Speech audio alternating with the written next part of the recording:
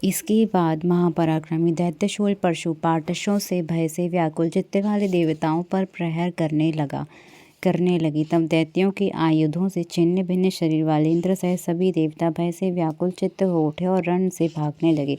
तत्पश्चात देवताओं को भोगते हुए देखकर ऋषिकेश विष्णु गरुड़ पर सवार होकर शीघ्र ही युद्ध करने के लिए आ गए। भक्तों को अभय देने वाले वे विष्णु चारों ओर से प्रकाश फैलाते हुए सुदर्शन चक्र को हाथ में धारण करने के कारण अत्यंत शोभायमान हो रहे थे। और ही मुनि समस्त युद्ध में विशाल शंख खड्ग गदा शाग्र धनुष धारण किए हुए कठोर अस्त्रों से युक्त तथा अत्यंत कुपित उन महावीर विष्णु ने शाग्र नामक धनुष चढ़ाकर उसकी टंकार की। उसकी महान नाद से त्रिलोकी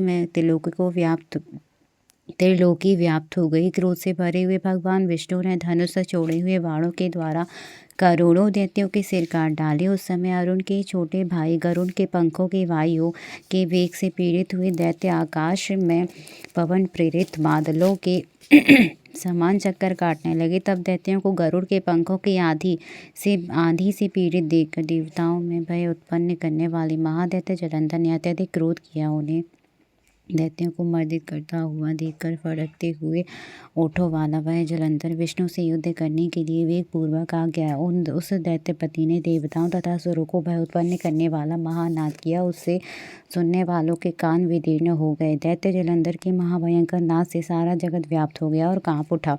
इसके बाद बाणों से आकाश को पूर्ण करते हुए विष्णु तथा उन दैत्येंद्र में घमासान युद्ध होने लगा। हे मुनि, परस्पर उन दोनों के उस भयंकर युद्ध से देवों, असुरों, ऋषियों और सिद्धों को बड़ा आश्चर्य उत्पन्न हुआ।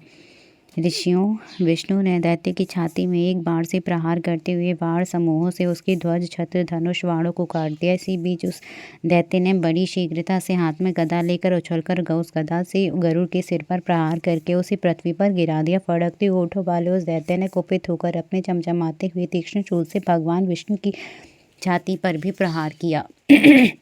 उसके बाद दैत्य नाशक विष्णु ने हंसते हुए अपने खड्ग से उसकी गदा काट दिया और शाग्र धनुष की प्रत्यंचा चढ़ाकर तीक्ष्ण बाणों से उसे वेध दिया।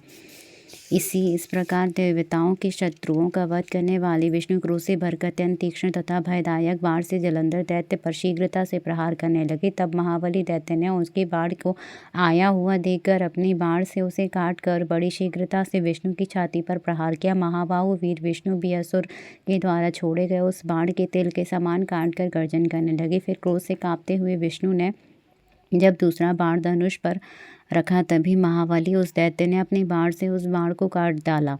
तब वासुदेव विष्णु ने क्रोधपूर्वक उस राक्षस के विनाश के लिए पुनः धनुष पर बाण चढ़ाया और सिंह की भांति गर्जना की।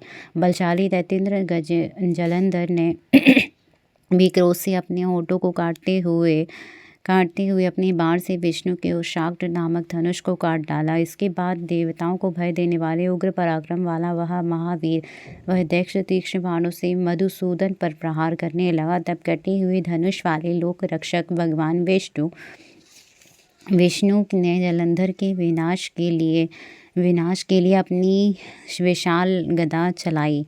जलती हुई अग्नि के समान विष्णु के द्वारा चलाई गई वह अमोघ गदा बड़ी शीघ्रता से उस राक्षस के शरीर में लगी। वह महादैत्य उसके प्रहार से पुष्पमाला से आहत हुए मदोन्मत्त हाथी के समान कुछ भी विचलित नहीं हुआ। तदंतर देवताओं में भय उत्पन्न करने वाले रणदुर्मुद उस जलंधर ने क्रोध से भरकर अग्नि के सदृश त्रिशूल विष्णु पर चलाया। तब विष्णु ने शिवजी के चरण कमलों का स्मरण करके अपने नंदक नामक खड्ग से शीघ्र ही बड़ी तेजी से उस त्रिशूल को काट दिया।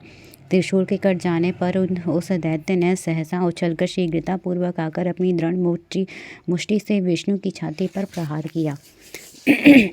तब उस महावीर विष्णु ने भी उस व्यथा की चिंता न करके अपनी दृढ़ मुष्टि से जलंधर के हृदय पर प्रहार किया। तदंतर जानुओं, बाहुओं और मुष्टियों से पृथ्वी को शब्दायमान करते हुए उन दोनों महावीरों का बाहु युद्ध होने लगा। हे मुनि श्रेष्ठ, इस प्रकार उस दैत्य ने बहुत देर तक युद्ध करके विष्णु विस्मित हो गए और मन में दुख का अनुभव करने लगे। इसके बाद मायाविदों में श्रेष्ठ तथा माया करने वाले विष्णु ने प्रसन्न होकर मेघ के समान गंभीर वाणी से दैत्यराज से कहा। बोले, हे दैत्य श्रेष्ठ, तुम प्रभु रणदुर्मुद तथा धन्य हो जो इन उत्तम आयुधों से तनिक भी भयभीत नहीं हुए। मैंने इन्हीं उग्र आयुधों से महायुद्ध में बहुत से दुर्मत तथा वीर दैत्यों को मारा है। वे छिन्न देह होकर मृत्यु को प्राप्त हो गए। हे महादैत्य, मैं तुम्हारी युद्ध से प्रसन्न हो गया हूँ। तुम महान हो, तुम्हारे समान वीर चराचर सहित त्रिलोकी में आज तक दिखाई नहीं पड़ा। हे दैत्यराज, तुम्हारे पराक्रम से मैं प्रसन्न हूँ। तुम्हारे मन में जो भी हो उस वर को मांगो, वह अदेय हो तो भी तुम्हें दूंगा। उन महामायावी विष्णु का यह वचन सुनकर महाबुद्धिमान दैत्यराज जलंधर ने कहा, हे भावुक, यदि आप प्रसन्न हैं तो मुझे यह वरदान दीजिए कि आप मेरी बहन महालक्ष्मी तथा अपने गणों के साथ मेरे घर में निवास करेंगे। उन महादैत्य के इस वचन को सुनकर खिन्न मन वाले देवेश भगवान विष्णु ने ऐसा ही हुआ यह कहा। उसके बाद विष्णु जी सभी देवताओं एवं महालक्ष्मी के साथ जलंधर के नगर में आकर निवास करने लगे। तब हर्ष से पूर्ण मन वाला वह जलंधर भी अपने घर आकर अपनी बहन लक्ष्मी विष्णु के साथ निवास करने लगे। वह जलंधर देवताओं के अधिकार पर दानवों को नियुक्त कर हर्षित होकर पुनः पृथ्वी पर लौट आया। वह सागर पुत्र जलंधर देव गंधर्व एवं सिद्धों के पास जो रत्न संचित था उसे अपने अधीन करके रहने लगा। वह महाबली पाताल लोक में महाबलवान निशुंभ नामक दैत्य को स्थापित कर शेषाद्रि को पृथ्वी पर ले आया और देव गंधर्व सिद्ध सर्प राक्षस और मनुष्यों को अपनी पुर में नागरिक बनाकर तीनों लोकों पर शासन करने लगा। इस प्रकार देवगणों को अपने वश में करके जलंधर धर्म पूर्वज प्रजाओं का पालन वैसे ही करने लगा जैसे पिता अपने औरस पुत्रों का पालन करता है।